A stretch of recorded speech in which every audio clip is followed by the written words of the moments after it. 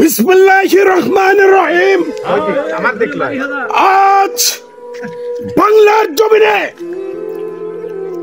হাসিনার কালো হাত ভেঙে দিয়েছে বাংলার জনগণ। এদেশে ব্রিটিশ শাসন করেছে, এদেশে পাকিস্তান শাসন করেছে, এই বিশ্ব হিটলার শাসন করেছে। শেখ হাসিনা যেভাবে বাংলার জমিনে লক্ষ লক্ষ মানুষকে আয়না ধরে হত্যা করা হয়েছে, বাংলার ব্যাংক, হাসপাতাল,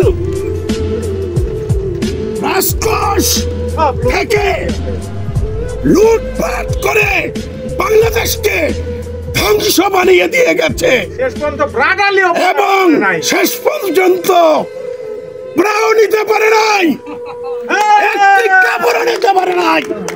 বাংলার জমিনের মানুষ ক্ষমা করে নাই। আজ তুমি কোথায়? তোমার প্লেয়াররা কোথায়? তোমার এমপিরা কোথায়? বাংলার জমিনে আসতে বলো। বাংলার মানুষ হিসাব চায়।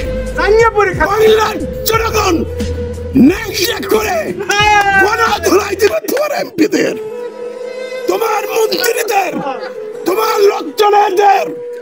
আজ কোথায় একটি কর্মী, লক্ষ লক্ষ কর্মী বলে তোমার বাংলার জমিনে বলে তোমার সবচেয়ে বেশি মানুষ।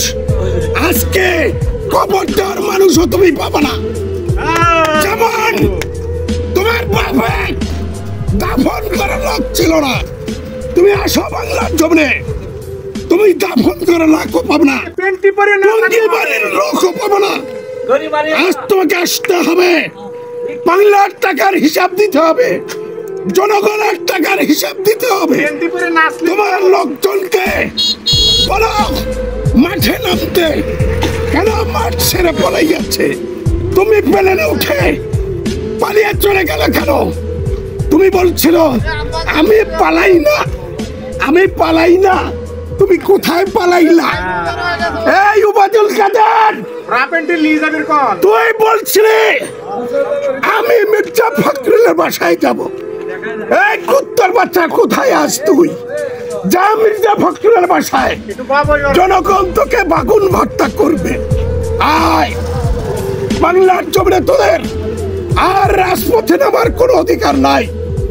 বাংলার জমিনে আওয়ামী লীগের লোকের কোনো রাজনীতিকতার অধিকার নাই।